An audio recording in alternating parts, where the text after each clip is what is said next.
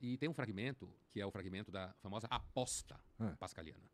Que é uma coisa assim que, em certos ambientes, você pode escutar isso assim como o clímax da sofisticação. Puta, o cara conhece a aposta pascaliana. Eu acho engraçado essa coisa do clima da sofisticação, porque realmente o Pondé, eu acho que ele ganha vida parecendo um filósofo sofisticado. A gente entender a sofisticação como um engodo não deixa de ser verdade. Fica nesse vídeo até o final, porque você vai sair muito sofisticado. Na verdade, você vai sofisticar os sofisticados. Então, fala isso, vai pegar bem. Vou botar uns óculos, põe óculos e fala aposta isso. pascaliana. Mas você tem que lembrar o que é. Vou dizer agora o que Tá bom. é, né? Farei esforço. A aposta pascaliana, ele imagina, Pascal, que era um cristão convicto, né? Ele imagina um sujeito que não acredita em Deus, o que a gente chamaria hoje de ateu, naquele contexto dele lá se chamava de libertino. Safado libertino sem vergonha, não acredita em Deus, é safado. Parece brincadeira, mas a associação de ateísmo, né, com ser um libertino, com ser um safado, com ser, enfim, tudo de ruim, bastante comum nessa tradição aí filosófica que a gente tem. Inclusive, Locke, quando ele vai escrever carta acerca da tolerância, olha só, o cara tá à frente do seu tempo no sentido de tá todo mundo se matando por religião, ele escreve uma carta em nome da tolerância para pregar tolerância religiosa. E adivinha quem é o único grupo que não deve ser tolerado?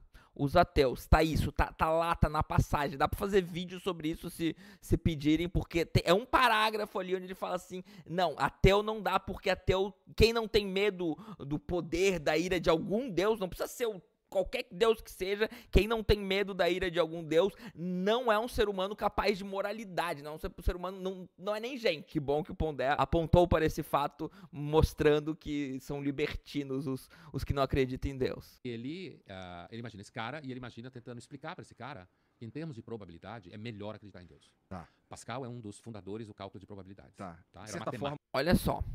Olha o que uma ideologia, então, uma religião, uma crença, o cara era convicto, né? Um dos fundadores dos cálculos de probabilidade, olha como ele vai falar besteira em termos de probabilidade. Olha só, fica até o vídeo que você vai ver, é besteira mesmo. mas eu concordo. Então, aí ele vai falar assim, veja bem, se você apostar que Deus não existe e você morrer e ele não existir, tá 0-0, né? Se ele existir, tá fudido. Se você apostar que ele existir, cara, Estourou. investimento eterno na felicidade, seja lá o que for.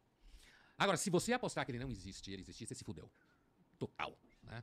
Porque você vai chegar lá... Aí existe inferno, existe a Aí porra ele toda, vai se fudeu, dizer... Então, vamos lá. Qual que é o erro? Para e pensa. Qual que é o erro crasso dessa linha de raciocínio?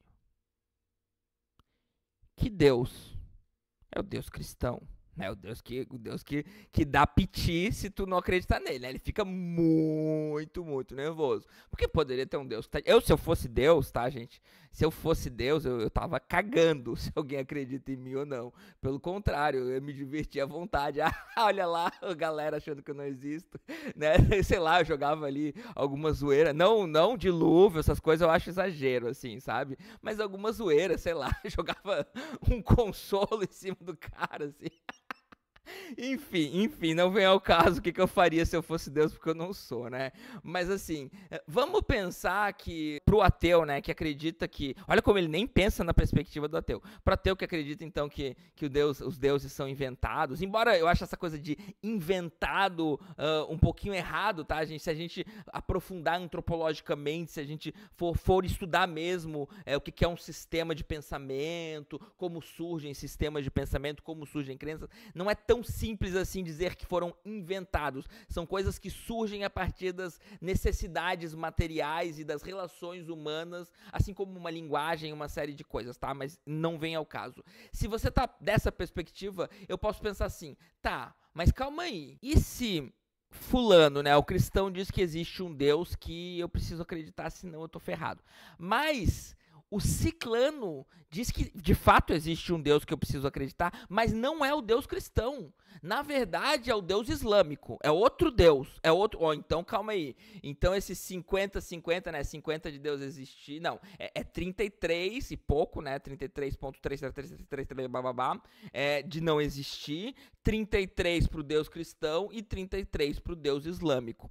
Mas o Beltrano pode criar um outro Deus, e assim sucessivamente. Então, na verdade, eu posso criar inúmeros deuses, eu posso criar infinitos não, né? Mas eu posso criar uma quantidade absurda de deuses. Não é sobre acreditar em Deus, é sobre acreditar no Deus certo, porque vamos combinar, né? Um Deus que tá preocupado. Se tu acredita ou não acredita nele, ele vai ficar puto. Talvez ele fique mais puto com o cara que tá acreditando e tá louvando o Deus errado do que com o ateu. Né? Vamos combinar. Então isso de 50-50, de uma probabilidade e que de fato muito sensato então para você acreditar em Deus como se fosse uma aposta, né? A própria questão, aposta de Pascal, você escolhe Deus porque é o mais sensato, é onde você se dá melhor. Eu diria que se existe um Deus que fica mordido, cara, não acredita em ninguém e fica assim, ó, tipo, olha, Deus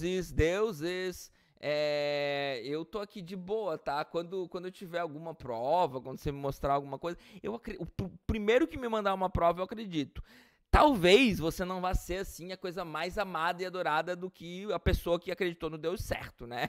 Mas, assim, eu acho que ele vai estar, no mínimo, mais preocupado com os que acreditaram no Deus errado do que contigo. Então, talvez a aposta seja ser ateu. Talvez a melhor aposta seja ser ateu. Mas eu tô brincando, porque não precisa apostar, tá, gente? Relaxa. Tava aqui, você não acreditou. Agora é tipo assim, você não quis investir seus aninhos de vida na Terra, na minha existência, agora você vai pagar a eternidade por isso. É um péssimo investimento o ateísmo, desse ponto de vista. Porra, mas sacanagem, né? Eu quero investir, eu juro que eu quero investir no Deus certo, eu só queria uma prova, sei lá, né? Só pra eu não ficar seguindo, né? Porque é uma coisa que é legal, né? Essa galera, assim, mais de direita, vai falar de Deus, eles não falam, não trazem a faceta de que Deus é um instrumento de poder, né? Um instrumento de poder nas mãos de uma elite que quer poder político e quer dominar. Então, assim, porra, juro que eu tô de boa em acreditar em Deus, em seguir o Deus certo. Eu só quero saber, eu só quero alguma coisa, sabe? Alguma coisa. Eu não ficar seguindo o cara que, sei lá, quer fiscalizar a minha sexualidade. O que eu faço ou não faço com o meu cu. Você tá entendendo que chega nesse nível. Um Deus fiscalizador de cu. É isso que tem gente que quer que a gente acredite. E desculpa, não vai rolar. Então, se eu precisar acreditar num Deus fiscalizador de cu e obedecer gente, sei lá, como Edir Macedo, Silas Malafaia, não vai rolar. Então que eu vou, né, vamos pra eternidade ali, vamos todo mundo junto aí comigo, a gente faz uma festinha ali, sei lá. Essa é a aposta pascaliana. É melhor apostar na existência de Deus. Só que ele lá... É interessante isso, porque esse conceito aí, essa linha, esse pensar aí, um idiota consegue chegar nessa conclusão também. Então. Eu sei por quê, porque a gente já discutiu isso aqui antes. Então, agora eu não vou comentar nada. O Pascal ele era um matemático, filósofo, teólogo. Criou uma máquina que é ancestral da máquina de calcular do computador, porque o pai era coletor de impostos, para ajudar o pai na coleta de impostos. Repare que a gente não tá falando de alguém burro, né? A gente tá falando de alguém brilhante. Então, pra você ver como, né, a questão... se você, de repente, viveu o bolsonarismo e viu pessoas que você considerava inteligente falando besteira, é isso mesmo. Não tô aqui, né, querendo menosprezar Pascal, nem nada assim, né? O Pondé, a gente se vira. Mas a conversa que ele tá imaginando com esse cara, normalmente se para nesse momento, em que ele diz que ele dá um tipo de checkmate, ó. Do ponto de vista de probabilidade, se você investir na existência de Deus e ele não existir, você morreu e acabou, né? Agora... De fato, se antes falei mal do Pondé, agora é massa. Normalmente, quando se apresenta a aposta de Pascal, a discussão encerra aí e o Pondé não encerra a discussão aí. Agora, o contrário é uma perda que você vai ter que realizar muito alta. Então, do ponto de vista da lógica de probabilidades, é melhor você viver como se Deus existisse, né? Aí o ateu libertino vira para ele no final e diz, eu concordo com você. Mas eu não consigo acreditar em Deus nem assim. Né? Isso é uma coisa legal. A gente trata muito a questão da fé como uma escolha. Eu defendo que a gente não tem tanta escolha assim. Claro que a gente pode racionalizar, a gente pode tentar, de alguma forma, buscar algum Deus, ou buscar o ateísmo, né? De repente você acredita em Deus e acha tudo muito problemático e busca não acreditar, ou vice-versa, né? Busca acreditar, mas não consegue. Mas a ideia de que não é uma escolha é muito interessante e, ao meu ver, corresponde muito mais à realidade dos fatos. Acreditar tiver a ver com que eliminar toda a chance de dúvida, se a fé... eu não consigo ter fé nem assim. Eu entendo que a lógica probabilística aponta para que é melhor investimento apostar na existência de Deus, mas eu não consigo ter fé. Não entendo. E aí, nosso amigo Pascal, não vou entrar aqui na teologia dele, jansenista, que é uma questão técnica, a fé é uma questão de graça. Entendi. Não tem nada a ver com razão. Não tem nada a ver com eu calcular qual é o melhor resultado, não sei o quê. Algumas pessoas têm. Pronto, eu acho, aqui eu tô satisfeito. A fé é uma questão de graça. Aí é bom.